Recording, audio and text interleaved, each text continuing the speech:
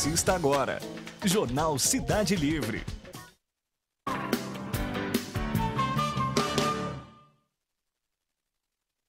Motoguia Honda Dream. Dê asas para o seu sonho visitando o nosso showroom. Um show de altas cilindradas, design, conforto e sofisticação. Boutique completa para a sua total satisfação. Motoguia Honda Dream. Mais que um sonho, uma realização. Motoguia Honda Dream. Itapetininga.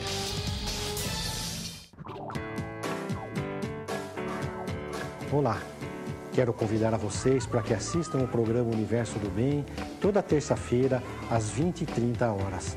Aguardo vocês. Assista as reprises em horários alternativos. Universo do Bem. Apoio cultural.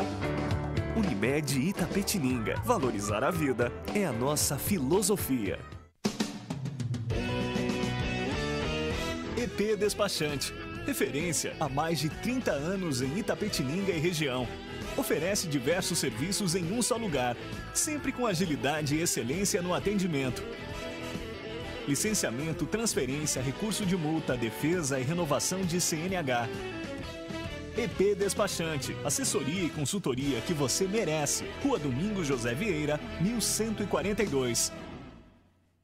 Macato Concursos Públicos, o melhor curso preparatório do país, com corpo docente especializado, tecnologia de última geração e aulas com foco nos principais editais, cursos preparatórios para concursos, OAB e pós-graduação, carreira de analista judiciário e administrativo, atualização jurisprudencial com resolução de questões, carreiras policiais, fiscais e nível médio. Venha conhecer os nossos planos, descontos de até 50%. Macato Concursos Públicos, 3275-2626. Jornal Cidade Livre. Apoio cultural.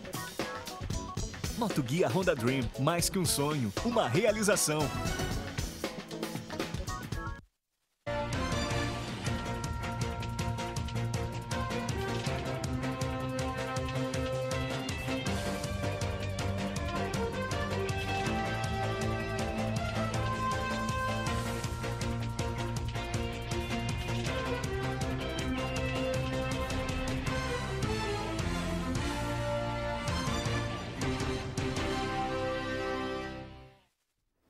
Boa noite, Itapetininga, no ar, mais um Jornal Cidade Livre, ao vivo dos estúdios da TVI para o canal 99 da NET. No canal 99 da NET.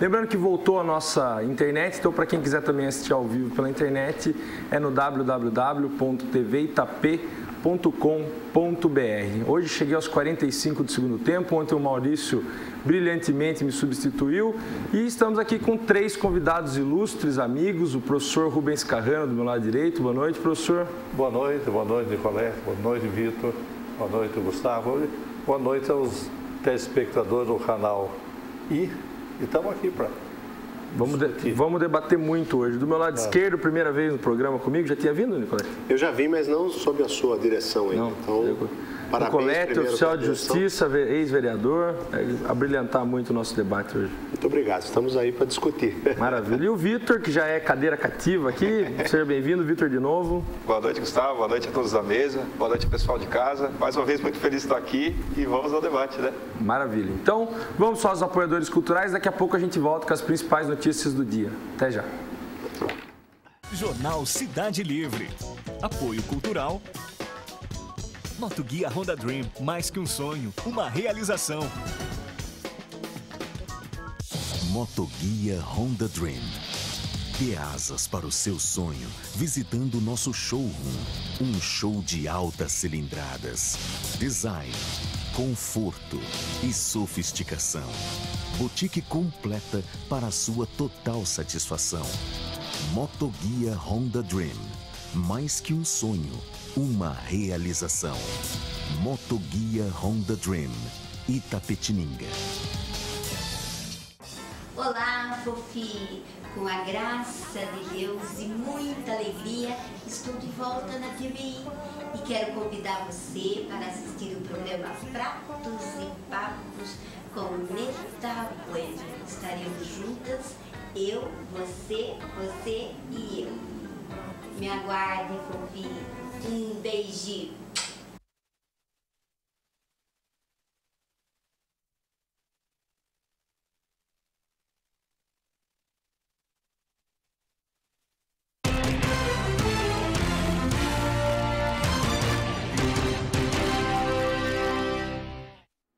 Voltamos, Tapetininha, com o Jornal Cidade Livre. Lembrando que, enfim, a nossa internet voltou, então quem quiser também enviar alguma pergunta, sugestão aqui para os nossos convidados, lá no www.tvitap.com.br. Não vamos perder tempo, já vamos para a primeira notícia aqui do dia, que o governo anuncia medida para retirar 2,5 milhões da miséria, segundo a Folha de São Paulo. O governo anunciou no final da manhã desta terça-feira uma nova ampliação do Bolsa Família, que tirará da miséria os 2,5 milhões de pessoas que ainda constam como extremamente pobres no Cadastro Único, o banco de dados federal com informações de famílias de baixa renda. Uns são contra, Nicolete, todos são a favor. Qual a sua opinião sobre o Bolsa Família? Eu acho que o Bolsa Família é um programa interessante, mas acho que tudo que é dado por um tempo muito prolongado, sem que haja outras ações, outras políticas públicas, no sentido de que seja substituído esse tipo de ajuda, eu acho que é uma coisa que vicia e ao longo do tempo ela acaba sendo negativa. Com relação a esses programas de auxílio do governo, eu gosto de lembrar sempre do Minha Casa Minha Vida, por exemplo, que embora o programa seja muito interessante, na medida em que deveria possibilitar muitas pessoas terem acesso à casa própria, a verdade é que, na prática, a burocracia acaba consumindo o programa. O número de pessoas que consegue financiar uma casa é muito menor do que o número de pessoas que se habilita a um financiamento. Então, essas são as dificuldades de um país muito grande, as dificuldades de um país extremamente burocrático. Então, às vezes, coisas que a ideia é boa, no fim elas acabam não funcionando a contento, porque se perdem na burocracia, se perdem nos desvios, etc. Como iniciativa, eu acho que é válido. Agora, eu acho interessante, e esses dias eu li uma matéria exatamente sobre isso, da onde que se tira esses números, que tantos milhões vão estar nessa situação, tantos milhões vão estar naquela situação, dá a impressão que é apenas um número redondo, que pouco tem a ver com o que acontece de fato, né? Mas eu acho que como iniciativa é válida. Vitor, você acha que o Bolsa Família é suficiente para tirar esses 2,5 milhões da pobreza? Eu acho que só isso, sem atrelado a outros programas sociais, programas de geração de renda, de educação, acho que não atinge. Você é assistencialismo, né? Como falou, com tantos problemas que o Brasil tem, é mais um assistencialismo, não é um jeito de amenizar a dor, não de resolvê-la, né? E de vez de melhorar o quadro, muda a moldura e a coisa continua mesmo. Carrano, o Vitor citou a palavra assistencialismo. Todo mundo fala que o governo do PT é um governo assistencialista. É um termo equivocado? É um termo correto? É o ideal? Eu não sei se é o governo do PT, na verdade, porque se for ver a história do PT, é um partido com tendência à esquerda. E o programa de governo e o programa econômico é um liberal pleno. Não tem nada de esquerda, não tem nada de que não seja em economia de mercado. Então ele está dentro do mercado. Agora, estando dentro do mercado, tem todos esses problemas que existem. A burocracia, né? O aproveitamento de alguns. Porque o sistema liberal de economia de mercado é viciado, né? Todo o problema que existe de má distribuição de renda, de concentração de renda, porque o programa econômico é baseado no lucro. Sem o lucro, ele não sobrevive. Então, não existe o aspecto social do programa de economia de mercado, o liberal, o capitalista. Então, você tem que ter, e o próprio autor que teorizou o sistema, ele já dizia, tome cuidado com o empresário. Tome cuidado com o produtor, lógico, porque se eu tenho, dizia ele, o empresário é um atomista, egocêntrico e centralizador. O que o faz trabalhar? O lucro. Sem o lucro, sem o estímulo do lucro, ninguém trabalha. E nós também. Nós somos no sistema. Nós somos condicionados ao sistema. o que se dizia do sistema socialista? Quem que vai trabalhar se a distribuição existe? Você não tem estímulo. Se eu trabalhar muito, eu recebo a minha cota no final do mês. Se eu trabalhar pouco, eu também recebo. Então, você vai ver que, no fundo, o problema central é do homem, não é do sistema. Agora, eu acho, que você teria que começar de alguma forma. Eu não vou não dar um assistencialismo inicial, e se você for ver a história econômica de todos os países, começaram por aí. Se a pessoa não for alimentada, ela não produz, ela não tem instrução, ela não consegue ter uma produtividade grande para que se tenha um crescimento do país. Então, o start inicial está dado, né? Agora, não deve ser por longo tempo. Não é o ideal. A prova disso é que o programa já tem mais de 10 anos e, ao invés de diminuir os adeptos ao programa, vem aumentando, né? Você está num país continente ainda, né? E você tem o Bolsa Família para os filhos que estão na escola, né? O filho que não vai à escola, o Bolsa Família é cortado. Concorda? Aliás, o Bolsa Família, só para a gente lembrar que ele é um aprimoramento do programa Bolsa Escola, que foi criado no governo Fernando Henrique. Ele aglutinou vários. Mas a ideia vem lá. E qual que é a diferença? Vamos apimentar um pouco. Qual que é a diferença de distribuição de renda e assistencialismo? Eu acho que a distribuição de renda é alguma coisa em que se procura, como o próprio nome diz. O Bolsa Família é distribuição de renda? Eu não entendo. Eu entendo que o Bolsa Família tem mais a ver com assistencialismo mesmo. Eu não entendo ele como... É dar o peixe sem ensinar a pescar. Exatamente, porque é aquilo que a gente disse, o nosso colega aqui falou muito bem, que você insiste muito tempo naquele programa, as pessoas acabam se beneficiando muito tempo daquele programa e não tem a continuidade do programa. Então, isso já é uma característica assistencialista, na medida em que não promove mais nada, fica só recebendo aquela migalha ali e vivendo daquilo. Então, eu penso que é assistencialista. Concorda? Não, eu acho o seguinte, distribuição de renda é o que hoje está em voga numa sociedade pós-industrial, é você não concentrar riqueza. Dar ao Bolsa Família é distribuir dinheiro. Eu estou perdido hoje.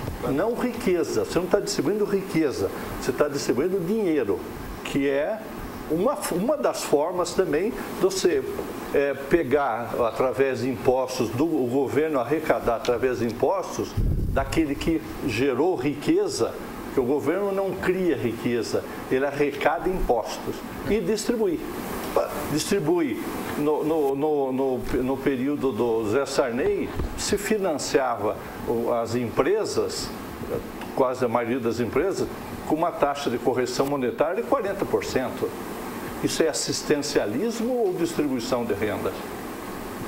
Se financiava no BNH, financiamento sem correção monetária.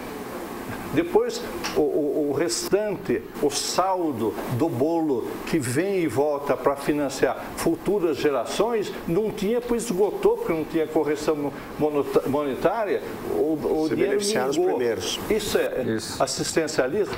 É assistencialismo. Também, de uma forma diferenciada. Qual dos empresários no país que não está pedindo, aumente as estradas, faça também portos. É assistencialismo. Filho, a economia vive e sobrevive se não houver, através do governo, que é um órgão encarregado de arrecadar e distribuir para aqueles que está faltando, tirar de quem tem muito. Agora, se é feito isso da forma mais eficiente e eficaz, eu não sei. O problema é que ainda não tira de quem tem muito, né? Pelo contrário, ainda está dando mais ainda. Vou perguntar para o Vitor aqui. E esse programa assistencialista aí, de distribuição de renda, ajuda o PT a manter a base de eleitores? Vendo que a gente está próximo da eleição, né? E está sendo aumentado ainda mais a assistência, acho que pode ser mais um ato político e não um ato de assistência, realmente. Você acha isso também, Nicolas? Deu risada? Não, eu dou risada. Eu dou risada porque eu concordo plenamente. Na realidade, tudo isso aí é para eleger algumas pessoas, né? Porque a gente participou um pouco da política e percebeu que é isso, que o que se procura nesses programas aí é a obtenção de voto. O PT tem, e muita gente falou isso, e obviamente serei muito questionado por isso, mas tem o maior programa de compra de voto do mundo, que são exatamente essas coisas aí, né? Quer dizer, isso é quase que comprar o voto, mas né? Por que o Fernando Henrique não teve o mesmo sucesso com os mesmos programas? Ele teve, só não soube divulgar, porque... o PT... Exatamente, exatamente. Como foi bem falado, o Bolsa Escola começou com ele, mas ele não soube usar isso. Mas veja o seguinte, se esse programa que o Fernando Henrique criou, ele fosse negativo, o PT não teria se aprimorado o programa, como você disse, aglutinado outros programas. Só que ultimamente me parece que a única forma que se usa para tirar as pessoas da pobreza são esses programas aí. Por exemplo, a própria manchete já diz aí, com um aumento no Bolsa Família vai se tirar mais 2,5 milhões de pessoas da pobreza. Quem tirar da pobreza, só porque vai ganhar lá mais, eu não sei quanto que é o valor aí. É da pobreza extrema, né? Que da pobreza extrema, não é? Per capita de R$70 por pessoa da família. Não é uma coisa que vai tirar a pessoa, porque... Se ela ganhava 50, ela receberá mais 21, então é 71. R$71 por mês. Quem sai da pobreza com R$21 por mês, né? Essa que é a pergunta. Então, é só para gerar aquela... A gente sabe que no Nordeste, em certas cidades, as pessoas vivem com essa renda aí. Isso daí é válido pro... Eu continuo achando o seguinte, o sistema montado capitalista de economia de mercado, ele não sobrevive se não houver uma ação do governo de tirar de quem ganha muito e repassar para quem ganha pouco. No período da escravatura, quando a Inglaterra fez a Revolução Industrial, ela teve um aumento de produtividade e, consequentemente, de produção, que jogou produto no mundo às baldas. Quem foi o país que obrigou o fim da escravatura no mundo? Os ingleses. Agora, pergunto para vocês, isso era um programa social dos ingleses, acabar com a escravatura no mundo? Ou era um programa de criação de assalariados que fosse comprar os produtos dele? Pô. Até para encerrar essa notícia, o Lula conversando, já estavam reclamando, né? Mas ele falou que ele fez as pessoas comprarem, né? O empresário reclamava dele, mas ele falou assim, mas bom, se eu não desse o Bolsa Família, o empresário não ia vender fio de eletricidade, por exemplo, entendeu? Então ele fez a máquina girar para os dois lados, tanto para o pobre quanto para o empresário. A diferença dos dois é assim, o Fernando Henrique financiou o empresário e falou, toma dinheiro e você produz. Não produziu. Não produziu porque ele pensava assim, eu vou dobrar a capacidade de produção da minha empresa, eu vou concorrer comigo mesmo. Eu tenho inflação, aumenta o preço, não preciso dobrar.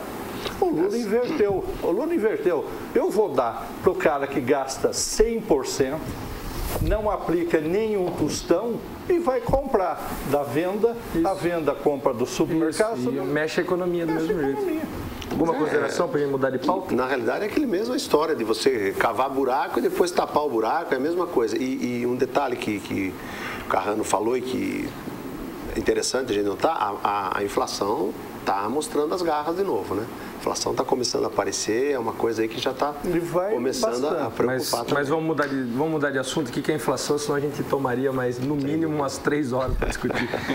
Em um mês, 17 usuários de crack são internados involuntariamente em São Paulo, segundo o Estadão. No balanço de um mês do CRATOD, Centro de Referência de Álcool, Tabaco e Outras Drogas, que reúne governo do Estado e Justiça para atender dependentes de crack, foram contabilizadas 223 internações. Dessas, 17 foram involuntárias, mas contaram com a participação das famílias. Pergunto, já é possível fazer uma avaliação sobre esse projeto estadual? O que você acha da internação compulsória, Nicolete? Eu acho que está muito cedo ainda para a gente saber o que vai acontecer em relação a isso. Eu sou totalmente favorável à internação compulsória. Eu acho que quando a pessoa começa, pelas atitudes pessoais, individuais dela, trazer problemas para a sociedade, a sociedade tem que ter alguma forma de ter uma ação em cima disso. Porque senão ele fala, eu não quero, tal, e vai ficando, e a sociedade está pagando muito caro por isso. Eu acho que o Estado tem que ter, de fato, esse poder. Mas você não está penalizando o usuário? Isso que eu ia falar. E o Estado também, isso é uma faca de dois gumes, porque você pode chegar, é o princípio de um totalitarismo do Estado. Mas eu acho que nesse momento as coisas têm que ser assim, penalizando, mas ele também custa muito alto para a sociedade. Ele tem que ser penalizado, mesmo na condição de usuário. Eu acho que, até porque não é uma penalidade, é um tratamento, né? Caio, não concorda?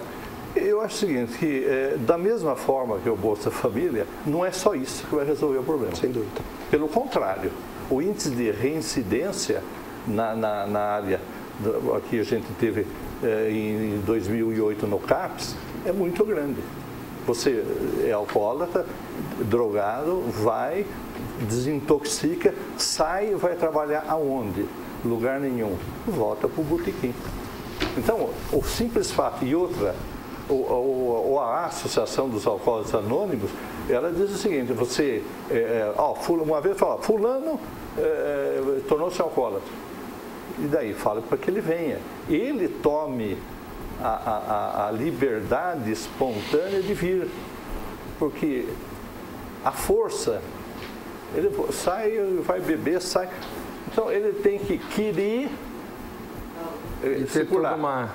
Tem que ter uma estrutura de acompanhamento posterior. Agora, não fazer nada é pior. Pelo menos se inicia um processo, né? Obriga o sujeito. Agora, vamos ver o Nicolete, se tem algo a mais e se tem Uma vez eu falei sobre isso quando eu era vereador na Câmara e retomo um assunto aqui só para, talvez enriquecer um pouco aí.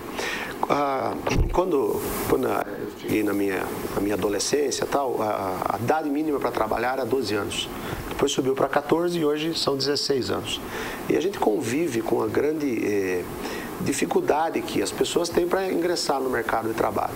E uma teoria, talvez até muito pobre que eu tenho, é que grande parte o governo, se por um lado ele quis possibilitar que as pessoas estudassem até os 16 anos e por isso aumentou a idade mínima para 16, ele não deu a escola. Então o que acontece? Hoje, mesmo ele tendo que trabalhar só a partir dos 16 anos, ele tem no mínimo meio período para ficar na rua e não pode trabalhar. Então, o que acontece? Essa criança que tem ou esse adolescente que tem entre 12 e 16 anos, ele está na rua aprendendo as piores práticas, porque a mãe está trabalhando, o pai está trabalhando, ele está aprendendo as piores práticas. Por quê? Porque o governo protegeu de um lado, mas não deu a complementação do outro. Tinha que ter um estudo de tempo integral. E é aquela coisa, né? Quem não tem o que fazer, acaba procurando, às vezes, coisas erradas para fazer. Eu acho isso muito grave. Concorda? Concordo totalmente. O Estado deixa de cuidar das crianças, né? Ele não dá outra opção para ela a não ser esse mesmo. Ela não tem uma opção de lazer saudável. Não tem uma opção de uma biblioteca bem formada, um espaço de esporte. Então, o que ela tem? Ela tem a rua e vai ter as pessoas, principalmente na periferia, vai ter as pessoas que já mexem com isso e ali vai ser uma saída. Se o Estado não tem esses poderes, outro lugar toma, né? Mas como se falar de acesso a esses bens que vocês tinham dito aí, bens aí, né? Educação, ter acesso ao lazer, se muitas vezes é o próprio lar da pessoa que está destruída, não é? Às vezes não é o lazer que vai evitar ela não ir na droga, não ser uma pessoa viciada. Mas aí ela tem dois caminhos. Hoje ela tem um acompanhamento psicológico. Mas esse acompanhamento psicológico não seria até mais importante do que... Mas aí entra a importância da escola, na escola, dos professores bem pagos, de um ensino bem formado, né? Porque realmente os pais ficam às vezes por causa do trabalho, eles conseguem acompanhar tudo e às vezes pode ser a criança que esteja num lar que realmente é mal configurado. Mas aí tem a escola, tem esse espaço de lazer que você está praticando um esporte que vai ensinar para ela uma série de valores pessoais que podem ocupar esse espaço que na casa dela ela não tem. E uma curiosidade é que se ele não consegue trabalhar antes dos 16 anos, para ser aviãozinho do tráfico, ele não precisa ter 16 anos, ele pode ser a partir dos 8, 9, 10. Então, complexa essa discussão. Da conversa se colocando, assim, todo mundo sabe que precisa um start, um começo. Mas esse começo para complementariedade disso, existe uma série infinita de ações, né? Que não depende.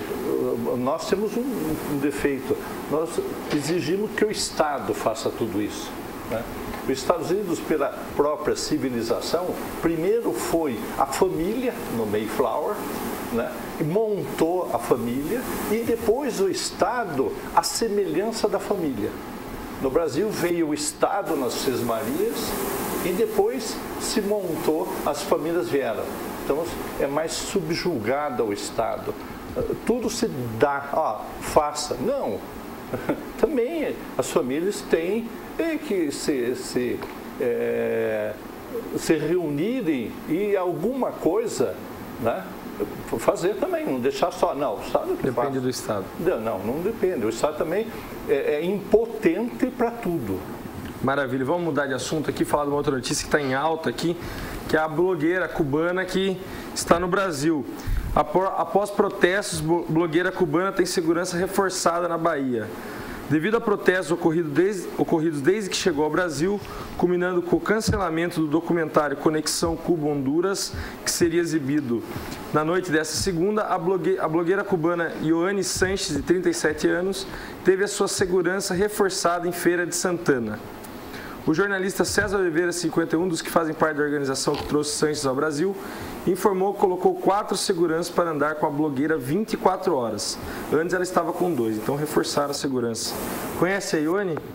Conheço, foi matéria da Veja de novo essa semana aí, né? Para variar. Mas eu prefiro não opinar nesse assunto aí, que é muito complexo. Não, mas tem que opinar. Você é a favor ou contra o regime cubano? Eu sou contra, precisa falar. Eu sou a favor ou contra, totalmente contra. E você? Não, o regime cubano é um regime falido, com ideologia do século, não passado, retrasado, que está levando a uma ilha a miséria, mesmo porque não gera nada a não ser cana-de-açúcar, e vivia à custa... charuto e fumo. E agora fumo, turismo.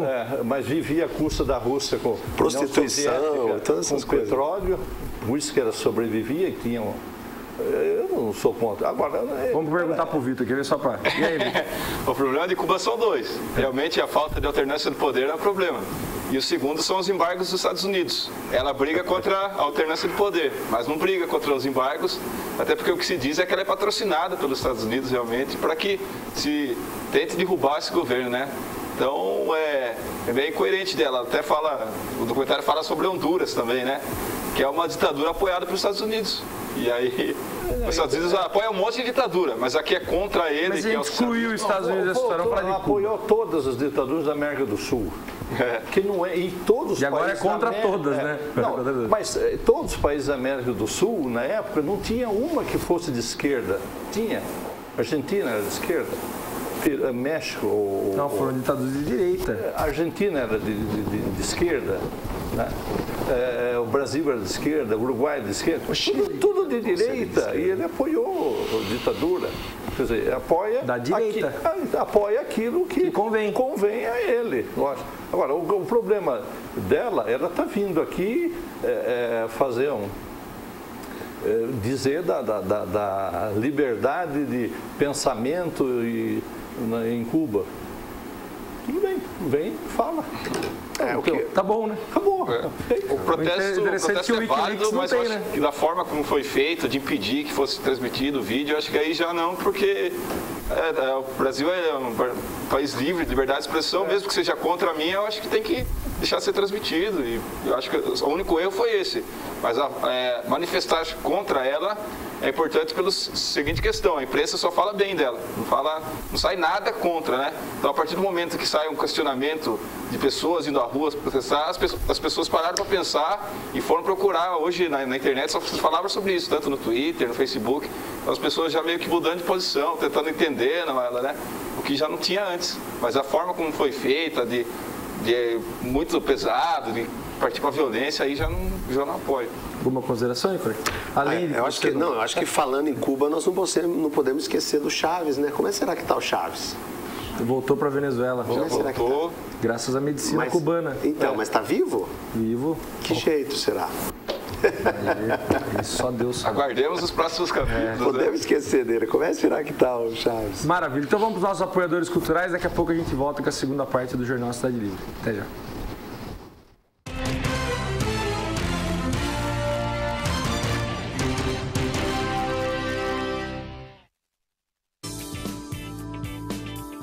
Olá, você que é empresário ou pretende entrar no mundo dos negócios? Não perca, toda quarta-feira às 19h30 aqui na TVI, o programa Encontro com o Empresário. Assista as reprises em horários alternativos. Encontro com o Empresário. Apoio Cultural. Associação Comercial de Itapetininga. Motoguia Honda Dream. Dê asas para o seu sonho visitando o nosso showroom. Um show de altas cilindradas. Design, conforto e sofisticação. Boutique completa para a sua total satisfação. Motoguia Honda Dream. Mais que um sonho, uma realização. Motoguia Honda Dream. Itapetininga.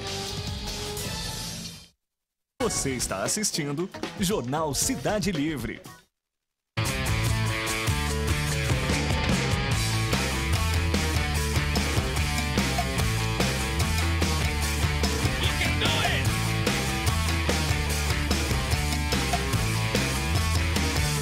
Sim, amigos, assista o Garage. Todo sábado, 3 da tarde. E tem reprise durante a semana também. Tem banda, matéria, um monte de coisa legal. Né? Impressionante. Caralho, impressionante, é nóis. Apoio Cultural. GA Instrumentos Musicais. Rua Monsenhor Soares, 531, Centro.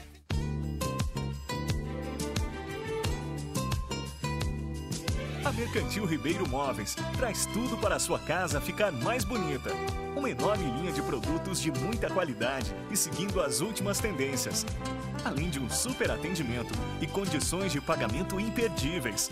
Com 2 lojas em Itapetininga para dar todo o conforto a você e sua família. Mercantil Ribeiro, o melhor para a sua casa.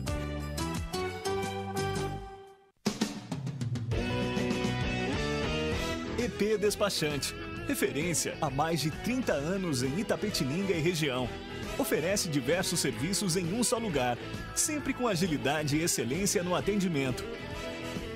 Licenciamento, transferência, recurso de multa, defesa e renovação de CNH. EP Despachante, assessoria e consultoria que você merece. Rua Domingos José Vieira, 1142.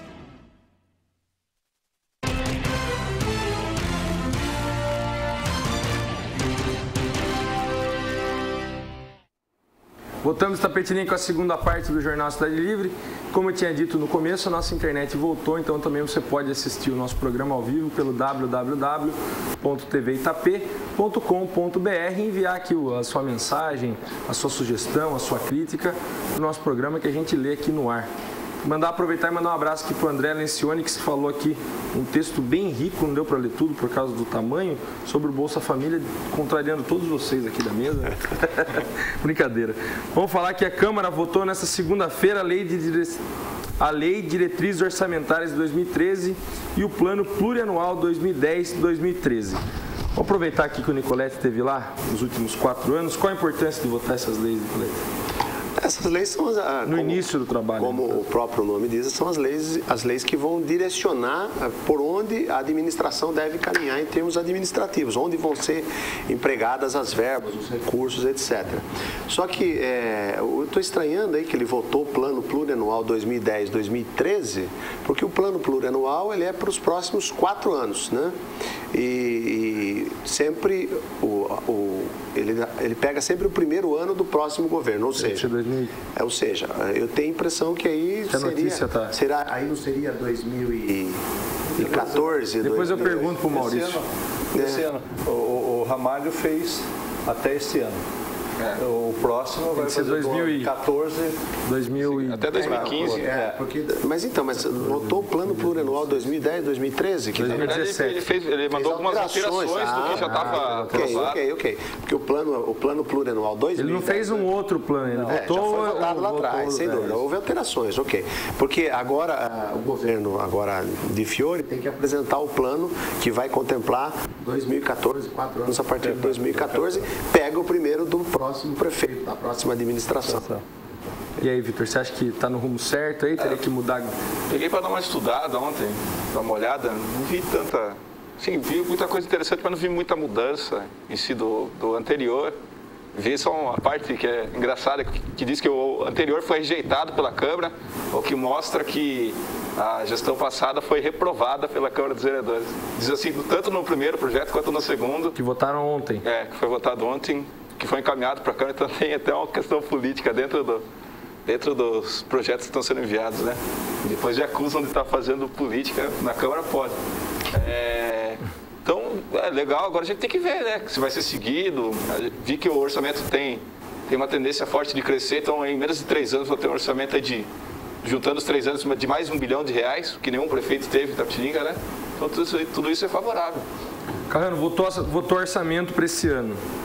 Na sua opinião, qual que Itapetininga tinha que focar em qual área? Tem o investimento aí do... Tem um viés bastante forte de Itapetininga que é na agricultura, né? Só que essa agricultura tem um problema grave, que os grandes geradores do PIB agrícola são empresas únicas no setor, né? Laranja, suco, só tem uma, a cana só tem uma de Piracicaba, eucalipto tem uma ou duas, e isso aí quase que era 80% do que produz, na realidade. E isso não gera riqueza, né?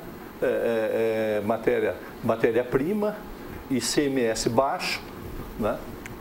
O que é caro é a indústria de transformação. Caro não, o que o ICMS é mais forte é a indústria de transformação, que em termos de 25%, 17%, que traz um retorno para o município razoável, né?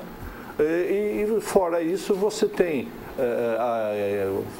a agricultura de feijão, de batata, de milho, que ou é isenta da tributação, que agora a cesta básica vai ser isenta, ou tem tributação de 8% do ICMS. O que isso quer dizer? Que essa região daqui até Itararé se encarrega de suprir o operário de alimentos a preço mais baixo, né? E é a teoria, eu isso digo que o sistema de desenvolvimento industrial baseia na liberação de mão de obra da agricultura pelo aumento da produtividade, pelo baixo preço do alimento, porque aí o empresário pode pagar um salário mais baixo para o trabalhador, e a alimentação estando baixa, um preço mais baixo, ele consegue comer. Isso é clássico no mundo inteiro desde 1776. Uma vez nós fizemos uma proposta para a Secretaria da Fazenda do Estado, dizendo assim, há uma liberação do ICMS que seria da região nossa agrícola para o setor industrial, para incentivar o setor industrial. Agora, chegou o tempo de você reverter o processo. Tudo bem que os alimentos sejam taxados em 8%, mas as prefeituras recebam o 25%. Porque senão você está subsidiando. No Brasil e em todo o país do mundo, e no crescimento industrial, a agricultura sempre subsidiou a indústria. Eu taxo os produtos em 8% e o industrial em 25%. Inverta o processo, né? Traga de volta a quem gerou. Maravilha. Nicolete, o que você acha que Itapetininga tem que investir nesse ano aí?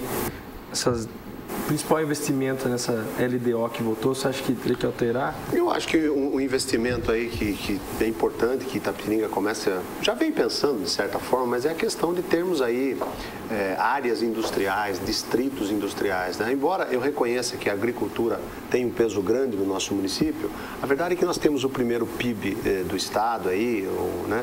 Justamente porque é muito grande, tem muita área, então é sempre bom ver o que está por trás dos números. Não é que nós produzimos proporcionalmente muito, é que nós temos muita extensão de terra. Então, eu acho que nós temos muito que investir nessa área, no quesito produtividade, etc. Mas Itapetininga se ressente hoje de empregos na cidade, empregos em grande número, e eu acho que é essa área que deveria investir. Por exemplo, de certa forma, eu não sei quanto foi destinado, por exemplo, para a atração de indústrias, né? Isso é muito importante, né? Seja através de doação de terreno, seja através de terraplanagem, seja através de formas de incentivar isso. Porque eu sei que até o ano passado, né, não existia praticamente nada nessa área, né? Então as empresas vêm para cá, elas têm que comprar o próprio terreno, elas têm que, às vezes, fazer a terraplanagem elas mesmas e tal. Então precisava haver política pública nesse sentido, para que não fique acontecendo isso de vez em quando cai uma empresa, de vez em quando cai outra. Vamos pensar as duas empresas que vieram recentemente para cá, que nem instalaram ainda, mas a Latavo, que já está começando ali a fazer alguma coisa perto do Rio Itapetininga, e a empresa química lá, a Heckten Benkaiser, não sei. Essas duas empresas compraram seus próprios imóveis, né? São empresas que tinham poder aquisitivo para comprar. Mas se tivesse uma cidade que oferecesse algum imóvel, será que elas não teriam ido para outra cidade? Não sei. Talvez nós pudéssemos tê-las perdido, né? Então precisava haver algum tipo de política nesse sentido. De fomento à industrialização. De fomento à industrialização. Concorda, Vitor? Concordo. Acho que tem que ser outro foco. A Itapetininga necessita de emprego. A população precisa crescer, né? Precisa emergir e não tem emprego. Ou os mesmos empregos que não têm um bom salário, ficam reféns de empregos que não são tão bons. Então acho que Itapetininga precisa disso. Fora os outros investimentos são necessários, mas o investimento para trazer indústrias para a cidade deve ser realmente o maior esforço da prefeitura. Maravilha, lembrando que o empresário ele faz um cálculo bem feito. Aonde o custo é menor, ele se aloca, né? Aonde a distância do suprimento de matéria-prima e mercado consumidor, ele se situa, né? Quer dizer, ele vem para cá e vem vindo porque Sorocaba está esgotando.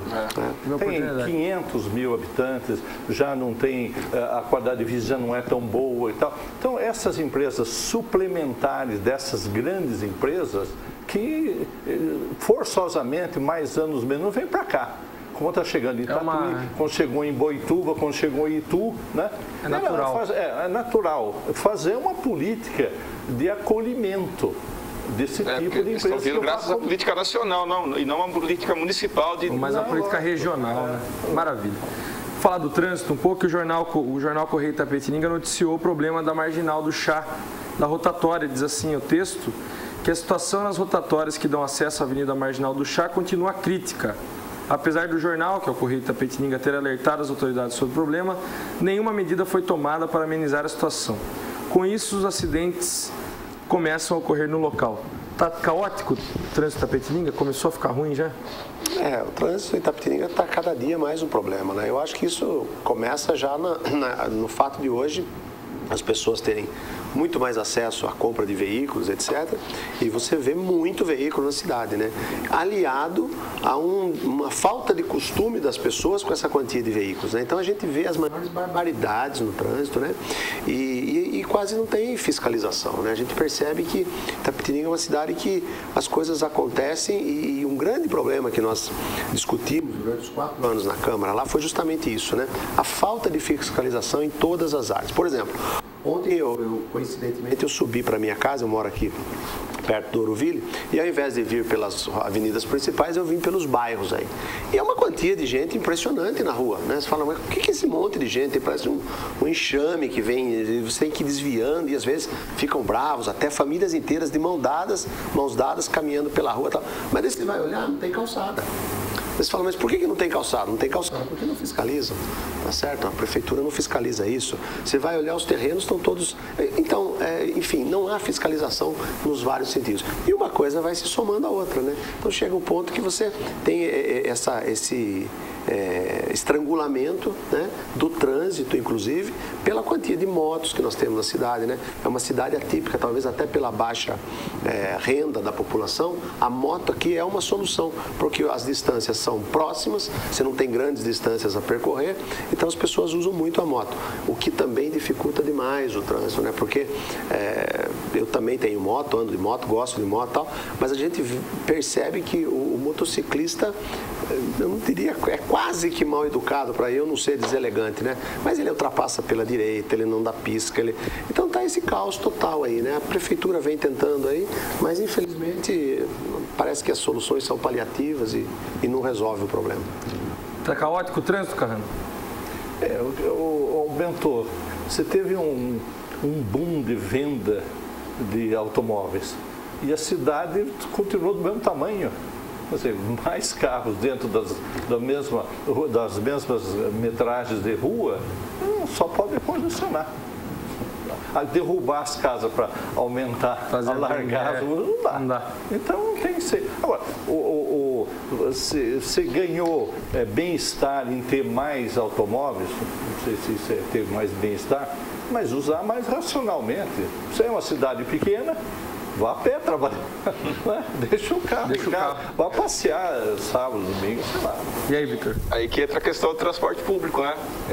Que é onde realmente deveriam se debruçar para melhorar, porque infelizmente o transporte está aquém do que a gente espera, até do mínimo que a gente espera, né? Então é difícil a pessoa ter a opção de poder utilizar o carro dela, dificilmente ela vai querer utilizar o transporte público porque não tem como. Aí tem os táxis que dividem espaço com os ônibus, as motos, mototáxi. Como foi bem falado, as ruas de Itapetininga são estreitas, com o trânsito de hoje em dia. Então, as marginais seriam utilizadas como um desafogo do centro, então já está acontecendo esse problema. Então a gente já vê que é um negócio que se não começar realmente a investir de verdade em transporte público, e talvez, não sei, ou você elimina os estacionamentos nas ruas e libera para o trânsito, como é em São Paulo, ou, não sei, você tem que tomar uma atitude mais agressiva realmente, porque do jeito que está... O automóvel em Itapetininga, como a maioria da cidade do Brasil, é status. Então o cara não vai querer deixar o carro em casa. E tem mais uma coisa, né? Eu acho que até... Pra gente colocar uma... O transporte público parece que ele nem é facilitado aqui em Itapetininga, na medida em que, por exemplo, você pega, como as distâncias são muito pequenas, né? Então acaba a passagem proporcionalmente ao que você vai andar no veículo, acaba sendo cara. Você indo de carro, você gasta quase a mesma coisa, porque é tão perto, né? Quando a cidade é maior, isso acaba, não, eu vou de ônibus, vai de fato sair mais barato, tal. Então é mais um fator que conta contra a gente também, né? Maravilha. Iniciando aqui as nossas novidades do Jornal Cidade Livre, a gente vai passar uma matéria agora e daqui a pouco a gente volta para debater ela um pouquinho com os nossos convidados. Itapetininga, não diferente do resto do Brasil, sofre com problemas relacionados à destinação correta do lixo. E a equipe da TVI esteve no Jardim Maricota conversando com os moradores que convivem com um lixão a céu aberto que está trazendo sérios problemas para o bairro. O terreno em questão fica na rua Francisco Borges Machado, atrás da Escola Municipal Benedito Vieira de Almeida Madalena. No local, são jogados diariamente diferentes tipos de lixo, como resto de construção civil, lixo orgânico, pneus e lixo doméstico. A toda hora tem carro parando, caminhão descendo e jogando lixo. Outros problemas apontados são o aparecimento em suas casas de insetos e outros animais vindos do lixão. De vez em quando parece rato aqui. Rato, mosquito, é perigoso, mosquito da dengue, atrás da escola, né?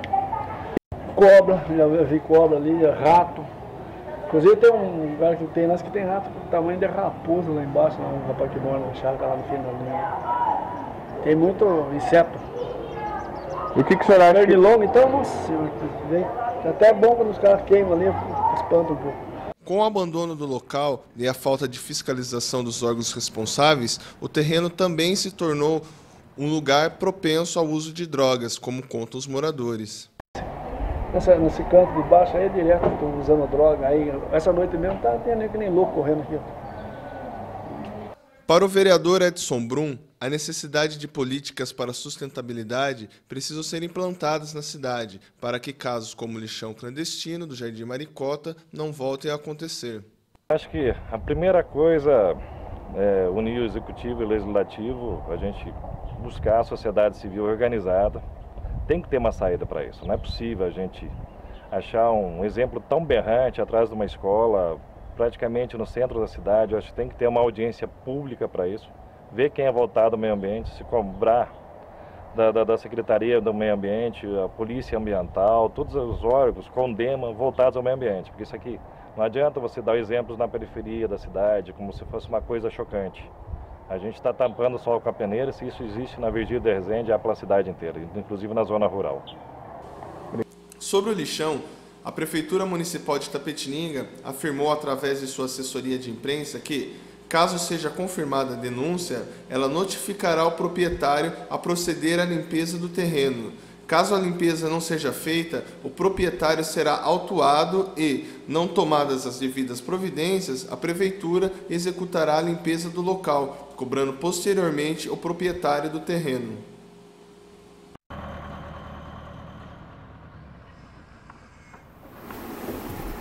Então é isso. Conhecia o local lá, Nicolete? Eu não conheço esse local, eu fiquei meio atrapalhado aqui, tentei lembrar, mas não consegui. É bem atrás daquela escola na Virgílio de Resende, ali lá no final da Virgílio. Ah, ok, agora consegui me localizar, ok, já entendi, do lado direito, ali subindo a Virgílio, lá no final do lado direito. O lixo é um problema para o município, Vitor? É bom falar que isso não é um fato isolado, né, daquele local. Em vários locais acontecem coisas parecidas de se jogar muito lixo. Clandestinos aí que acontece. E daquelas discrepâncias de ter a plaquinha lá proibido de jogar lixo e gera todo esse problema para a população de animais peçonhentos. Confesso que eu moro no Jardim Casagrande, Vila Ruda, e ali tem muitos problemas. E agora eu estava vindo para cá e eu passei por um desses terrenos que sempre teve problema. E a prefeitura cercou a área, limpou e cercou a área, né? Então já é uma amostra que pode ser que esse problema comece a ser resolvido realmente. Carrano, por que acontece, por que ocorrem esses lixões clandestinos, de onde surgem?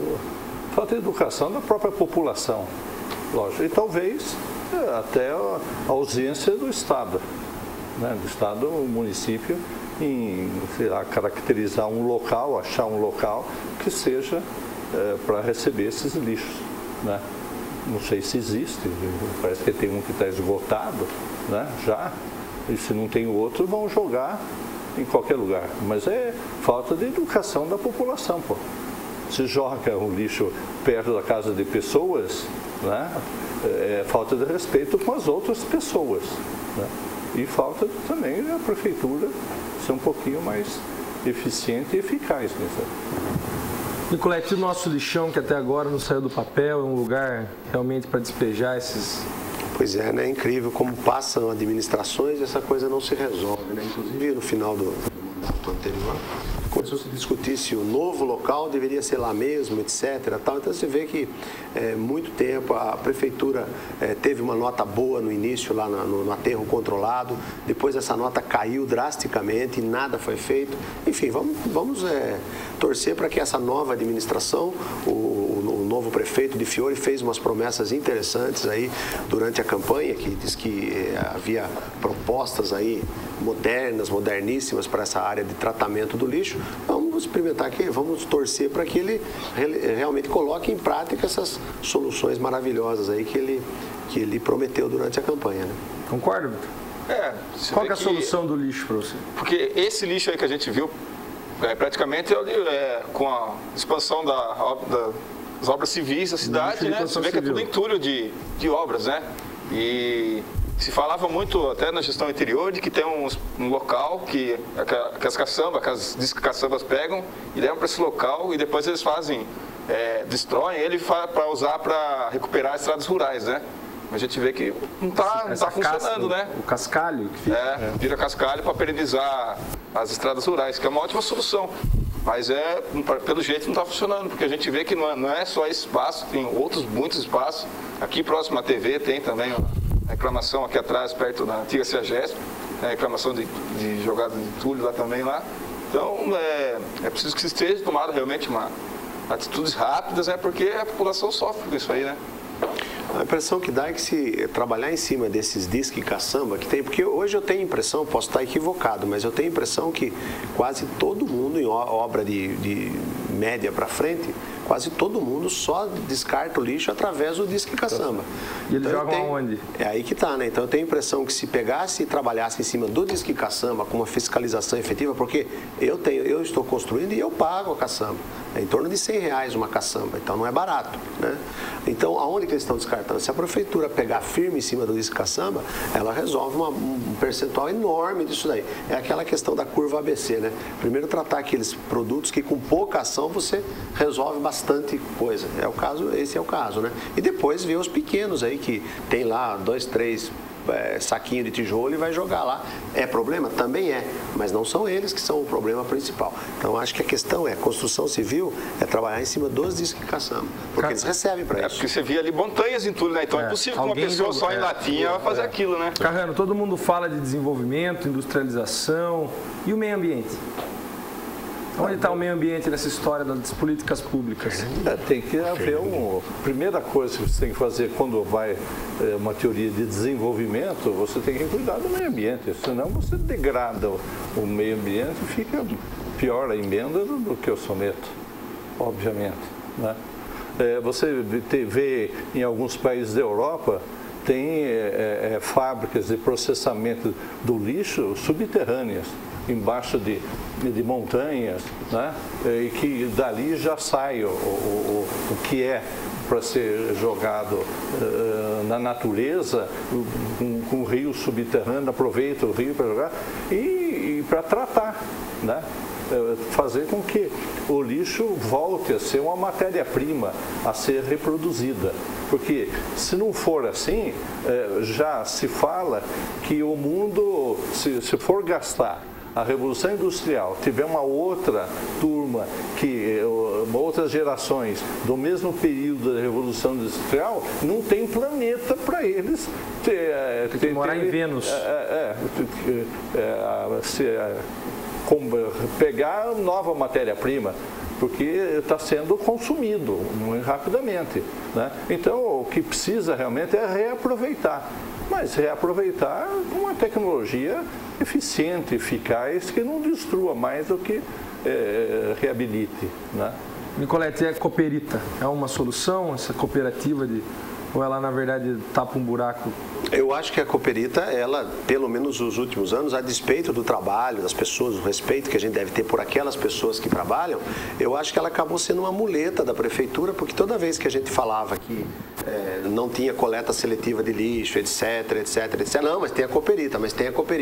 Então, a Cooperita ficou com um peso muito grande nas costas, como se só a Cooperita fosse responsável por todo esse problema de Itapetininga, ou só aquilo já fosse a solução razoável para uma cidade do tamanho da nossa. Nós temos que dar a mão à palmatória, né?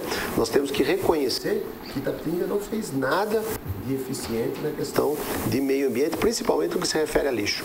Não terminou o aterro controlado, a coleta seletiva que está implantada num monte de lugar aqui em Itapetininga, segundo o que o próprio secretário nos disse numa entrevista lá na Câmara, numa sessão que teve lá, eles escolhiam em torno de 3%, né? 3% era reciclado.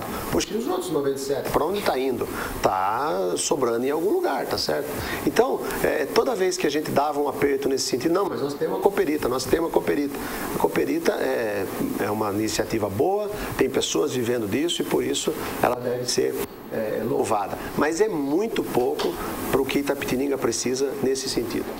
Maravilha. Então, queria agradecer novamente a presença de vocês. Vitor, sempre um prazer ter você aqui. Volte mais vezes. Eu que agradeço e parabenizar pela iniciativa nova aí de matérias externas. Ficou muito legal. Parabéns. Obrigado. Nicolete, volte sempre. Prazer ter você aqui. Obrigado pelo convite. Assim que for convidado, estarei aqui sempre. Obrigado. Venha mesmo. Carrano, como sempre, abrilhantou nossa discussão aqui. Seja bem-vindo de novo. Agradeço. Sempre que precisar, a gente está aqui para colaborar, né? Embora tenha dito aí que O rapaz ficou bravo com você. Veio de carro. Você veio de moto? Não, eu vim de carro. Eu venho de carro, eu faço parte dessa sociedade. Eu não quero ser diferente, tanto diferente, né? Mas a maioria das vezes eu não uso o meu carro. Porque em Itapetininga você pode ir trabalhar e voltar a pé, pô. E faz bem para a saúde, inclusive. Agradeço o convite e estaremos aqui sempre. Obrigado. Agora é a hora dos abraços das pessoas que comunicaram com a gente aqui. Ao Cello, meu amigo, Robson Sene, Sérgio, Aline, o André. Um grande abraço para vocês aqui, obrigado por acompanhar o Jornal Cidade Livre. Também deixar um recado que nos próximos meses todos irão poder assistir a TVI pelo aplicativo de celular, que também é uma inovação que a TV está trazendo para vocês, para que a TVI cada vez chegue mais longe, né? A internet já consegue chegar bastante, mas o celular vai ser ainda melhor. Então fiquem com Deus, esse foi o nosso jornal, vamos trazer mais novidades ainda. Essa matéria do lixão foi a primeira de muitas. Fiquem com Deus e até amanhã.